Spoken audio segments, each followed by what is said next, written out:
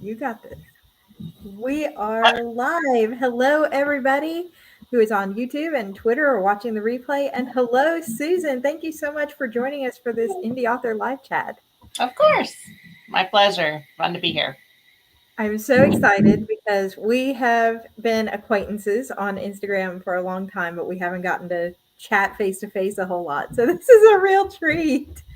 Yeah, I think the only time we chatted was with your first launch with Violet Twisted Fate, I think. Yeah, it's just It's been a while. I know it's already been over a year, and you've had so much going on since that time.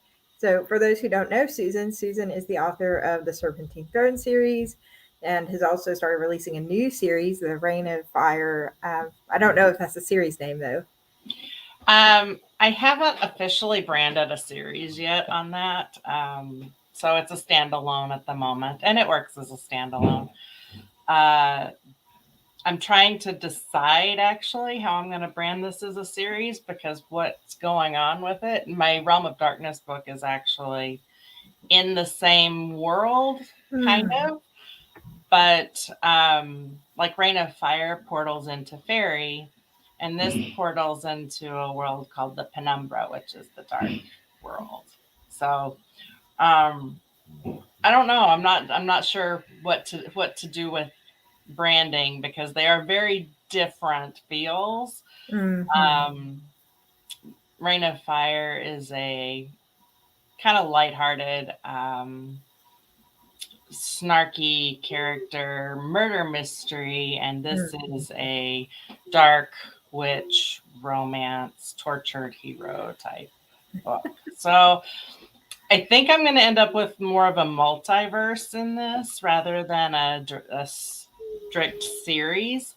Nice. It's fine with me because I'm kind of liking the standalone aspect of writing books. It gives me a little different ways to play with characters and complete stories and all of that before, so I don't have to have a story that is carrying on.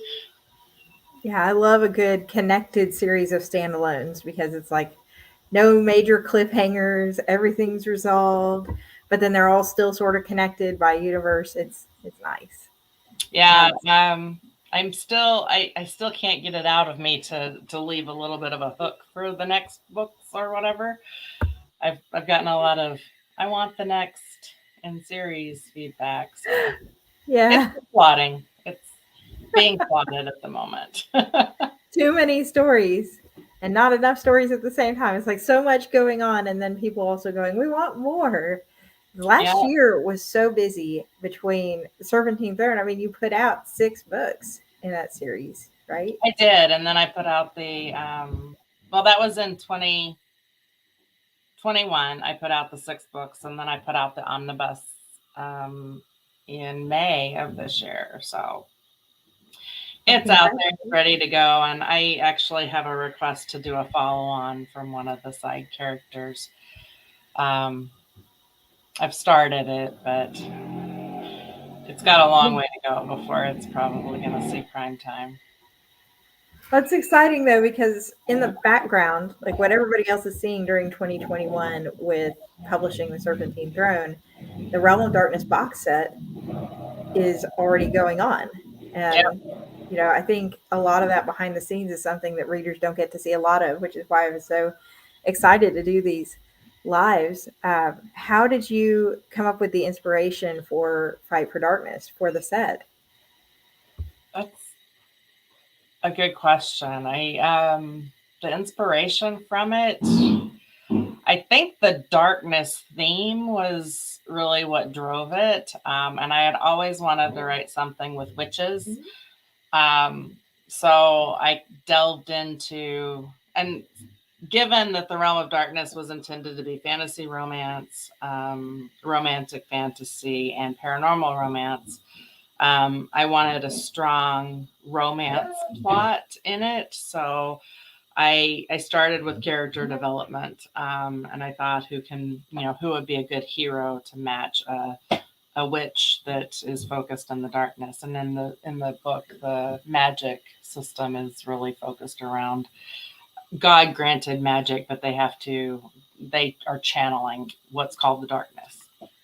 So I started with characters, and I used the kind of a dark moment type plotting story. So thinking about what the character's dark moment and their backstory was. And both of them have a very dark history. And then, when things come together and they collide, it really emphasizes that darkness in both of them. So that's Just leading right into it. And here we have this amazing new story. Yeah. I'm pretty proud of it. I'm really excited. I've already started reading it. And if you're watching and you want to read it, I have a link in the description to where you can go read the first chapter in the Dark Book Boyfriends Facebook group, and not wait till October 4th, which is so close to being here. That's nerve-wracking. Yeah, it's amazing that we're going to be releasing this, 35 book set in a week and a half. Not even a week and 2 days. It's a week from Tuesday. There's so many good books in here by so many good authors. I think what really caught my attention with yours is the difference in tone, but it draws you in so much from Serpentine Throne. So if you're watching and you're a Serpentine Throne fan, there's all the classic indicators of the writing that we love of yours, but it's also something brand new and original. Yeah, it's entirely different. It's a modern setting, contrasted with a portal world that is based on some Celtic type mythology. So I have a habit of embedding mythology in just about everything I do.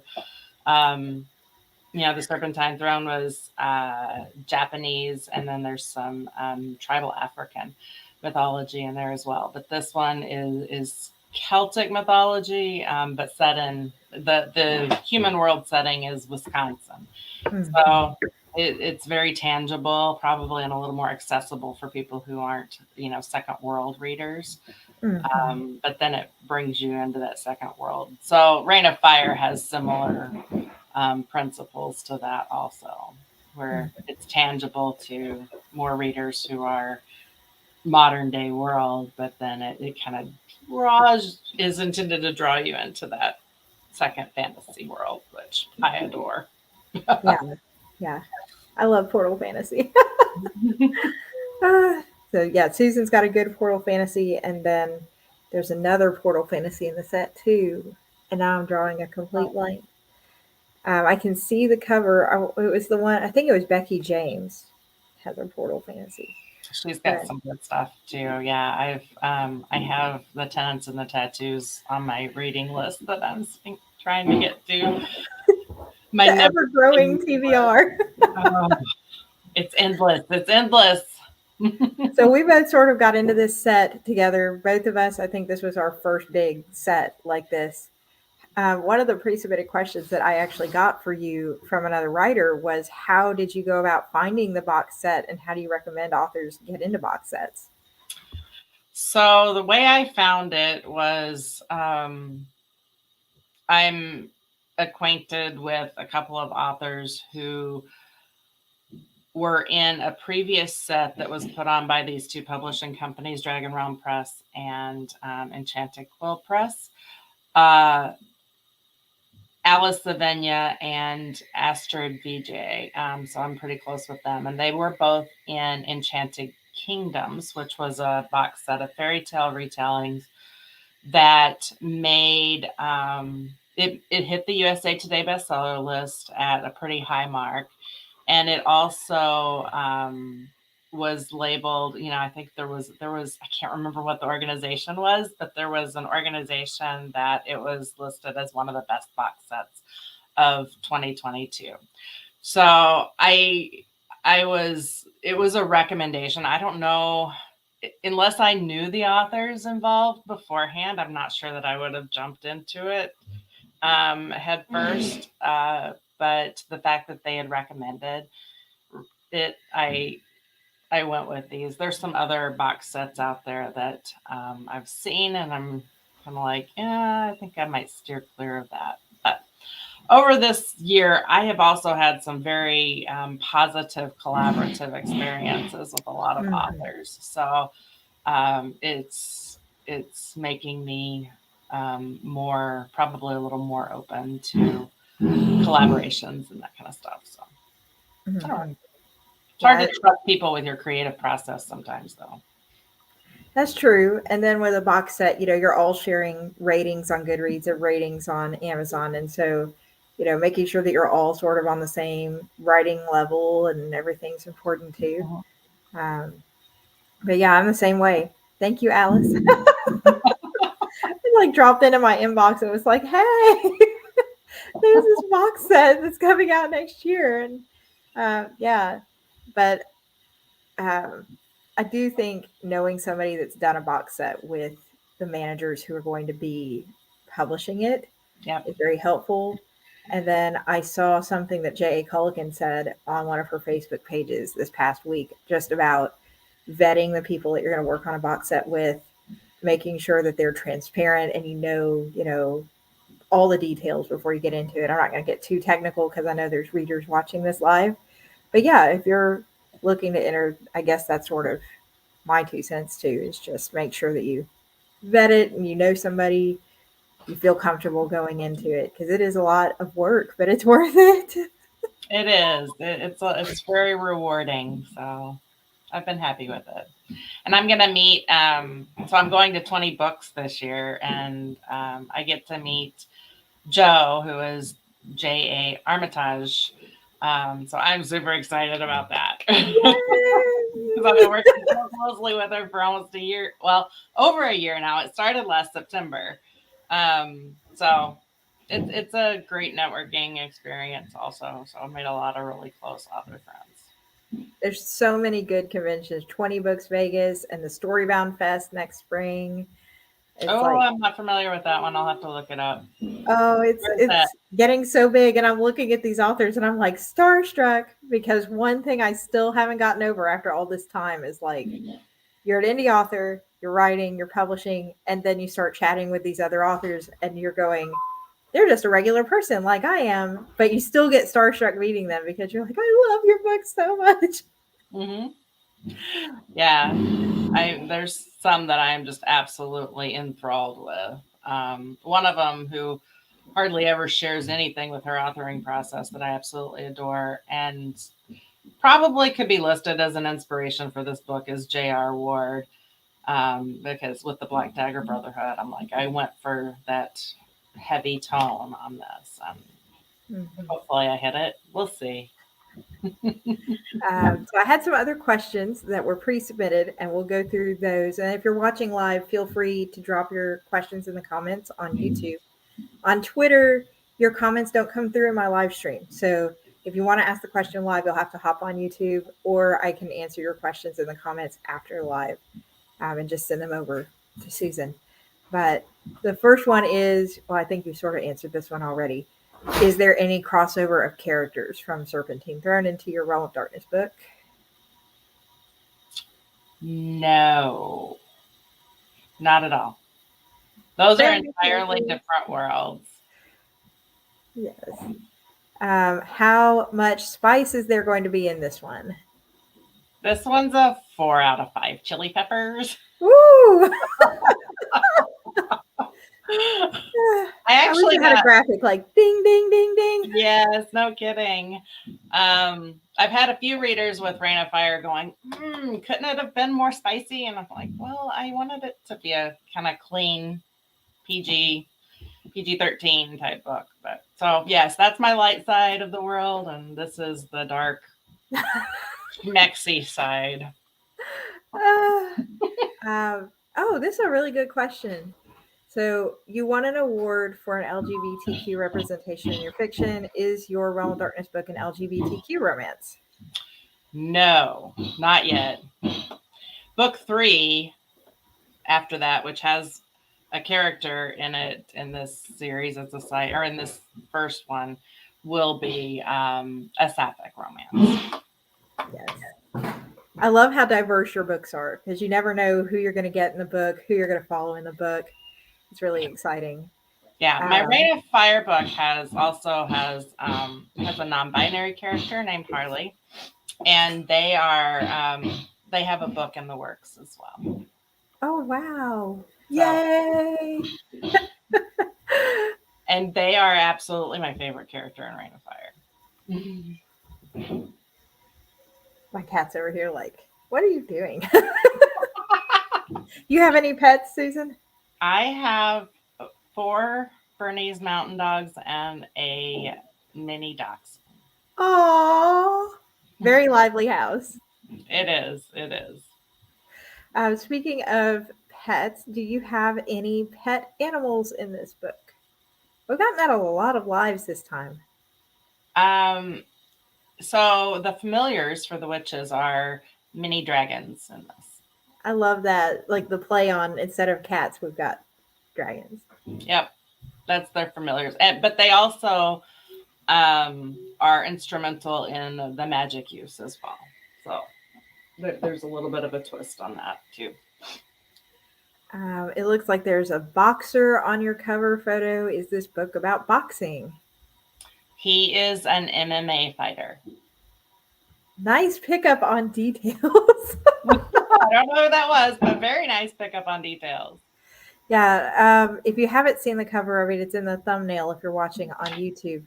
But I think Susan shared it earlier too in the physical book, which is a good tie-in to the next question too. Are your physical versions available to buy, or will they come out after the box set? They are coming out after the box set. It's scheduled right now to come out on October 25th, and it is available for pre-order on Amazon if you're interested. Oh, wow. Actually, any retailer. You could probably, I haven't checked Barnes & Noble or other sites that sell physical books, but it should be available on any site that would sell a paperback book. Or you can ask for it at your local bookstore. Yes. Or in the library. That would be even better. That's right. Get these books in the libraries and get them in the bookstores, which we talked about a couple lives ago with somebody else. I think Christopher Russell, just about, going in and requesting them to order it. If they get enough requests to order, it puts those authors on their radar where they might not otherwise.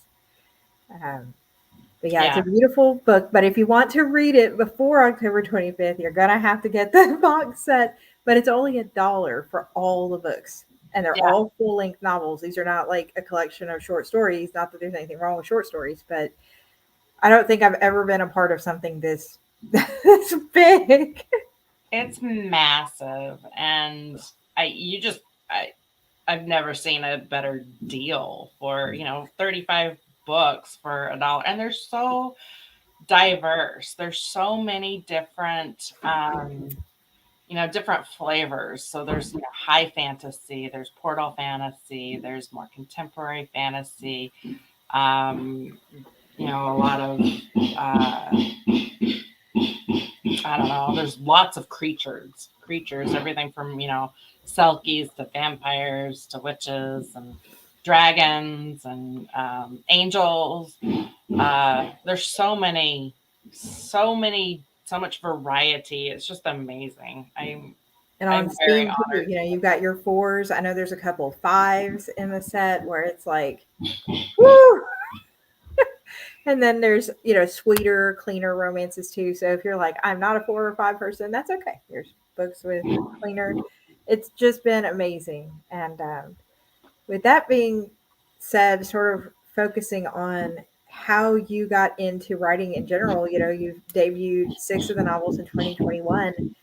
How did you decide to go down this path?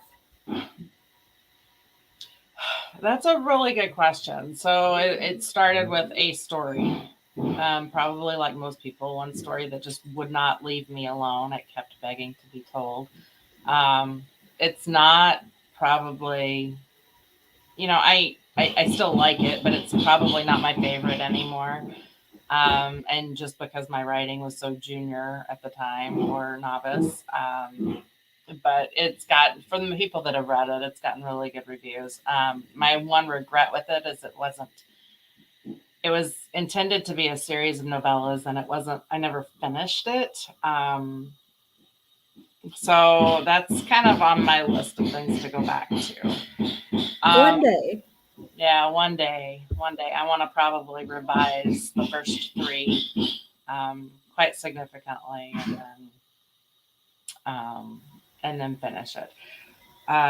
But really, part of the reason that I started writing was because it's a kind of a personal reason, but my son, he had some challenges in school, and I had to at some point let go of it and put my brain power elsewhere.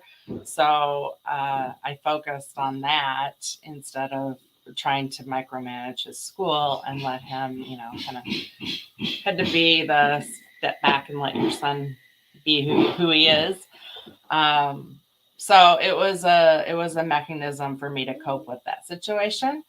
And as I got more into a writer's group and meeting people and learning what could be, what it could be,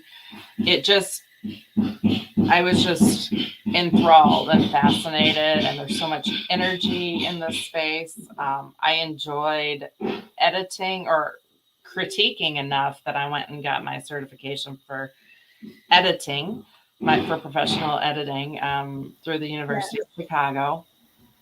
And that is a fabulous experience on top of it. So writing is, writing is a passion. I struggle to stay within a narrow lane. I would say, I go from high fantasy to portal, and contemporary all the way to romance. And I'm switching some of my romance pen names over to just my regular name as well, because I don't know. Yeah. So you're sort of like a writing, publishing superhero. You do the editing, you do the publishing, you do the writing. I do publishing. I do have my first, well, I shouldn't say my first. I have a memoir that I've published for another author, as well as a short story that's kind of a coffee table book. It's about a loon and an eagle. Very well illustrated by a very talented local illustrator. But I have my first series. It's a trilogy of historical thrillers that I'm going to be releasing under my publishing company next year. Wow, congratulations. Yeah, very much. And I also have published, so Once Upon a Name I published through my publishing house, and Twice Upon a Name, which is coming out next April, will also come through my publishing house. And those are charity anthologies, so basically it's just a pass-through. They're very collaborative type works where we're all, exchanging stories for, editing and revision.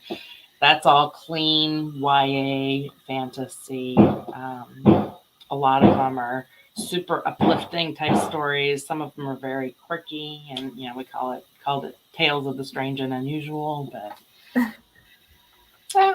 just lots of different stuff. I wouldn't call myself a superhero though. Tenacious maybe, but a superhero. I'm an editor, but I want to start writing. Is writing going to take too much time out of my day job? Is your day job editing? That's an interesting question. They can conflict. Most definitely they can conflict. You almost have to time box your day in order to make that work. I am somebody who I write first thing in the morning, and I try to get 1,000 words on paper, and I put my writing away and focus on my other activities that I need to do. So that's what allows me to do both. Yeah. And I'm an editor too, and I agree. Like, I view my day job, my editing job, as like my 8 hours a day job. And just like I would if I worked any other job, I don't do anything else. So I don't like steal time from that job to go write. So I have time where I'm allowed to write because I'm off work. And then when I'm editing, I'm working. But if you're Yeah. going to get into writing, 15, 20 minutes a day is a good start. Do it on a lunch break or something. Yeah, I would say you don't really want to try to do something. And I would guess an editor, I was the reverse. So I started with writing and then went into editing. Yeah, me But too. I would assume that if you're an editor going into writing, you know a lot about writing when you start because you've been editing other people's writing.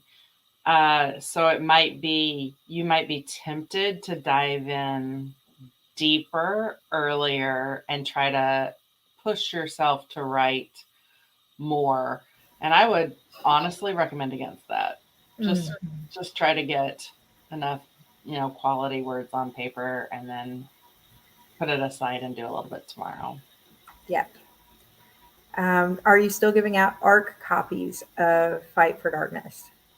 I have a few left behind me. If somebody's interested, I can send some out. So you need to message Susan. I've got all of Susan's links in the description box on YouTube. So click there and send Susan a message. I love that you have physical ARC copies too, because so many times in an ebook box set, the authors can't afford or don't know how to get the book physical. So it's a big treat to find an author that does physical copies. Yeah, I do a limited number. So it's, I order a batch and when the batch is gone, that's it. But I do have a few left. They're stacked up there. 1, 2, 6, I think. Does your family read your books, and how do you feel about them reading your steamier one? Good question. My daughter is probably my biggest reader. Oh, Yeah. She's read just about everything I've ever written, I think. Now, she doesn't read my contemporary romance. She's not a contemporary reader. She's a fantasy reader. But honestly, I don't mind. I it doesn't it does not bother me at all. I And in love fact, this comment. Is this a kissing book? is this a kissing book? It Yes, says bride. Yes. definitely a kissing book. And like, my mother passed away several years ago, so it's not like I'm dealing with, disappointing a mother figure or anything like that. And my mother-in-law is fascinated with my writing, and I'm like, okay, but this one's really steamy, and she's like, I like steamy.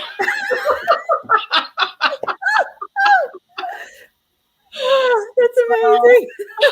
just like, yeah, okay. It's like Um, sneak your mother-in-law an art copy. Here you yeah, go. I What are you doing? Nothing.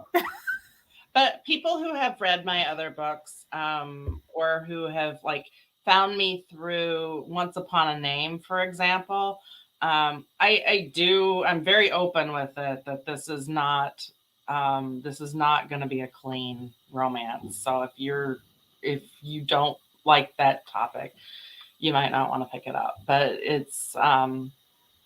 yeah, it's getting good reviews so far. I'm getting lots of good feedback. I'm excited about it. I really am. I'm excited for both the set because there's that, and there's this, and equally good books throughout, from what I've seen. And then we get to re-release it Mhm. in another 4 to 6 months. And Yeah, it's exciting. I can't wait. The reviews for a lot of different people's books are starting to come up on Goodreads, and they're just reflect how amazing these other books are by these other authors. I've just been blown away. It's got like a 4.7 average or something on Goodreads. So if you're one of the ARC readers and you haven't left a review, we always appreciate an honest review, but it's been so nice. Thank you to everybody who has reviewed any of the books in the set. yeah, it's very, very nice. Will you be changing your hair color for the launch? Oh, should I? I like this new hair color. I don't know what I would do next. Have to go with something like wild or purple, or that's somebody that obviously has watched me for or seen me for a while. I think I've been blonde and pink, and I like the new color. I think it's nice. yeah, I think it's it'll be more gradual to try to lighten up, so it won't be anything very drastic at this point. Maybe I'll put on a wig.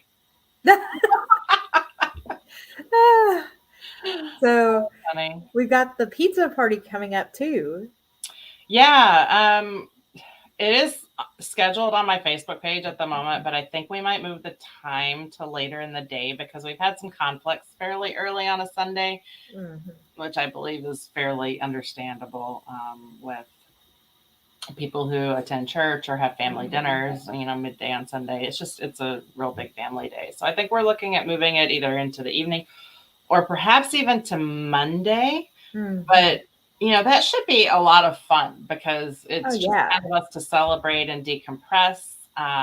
We'll hopefully get a lot of the authors in attendance. I think, a couple of us might have a glass of wine with it.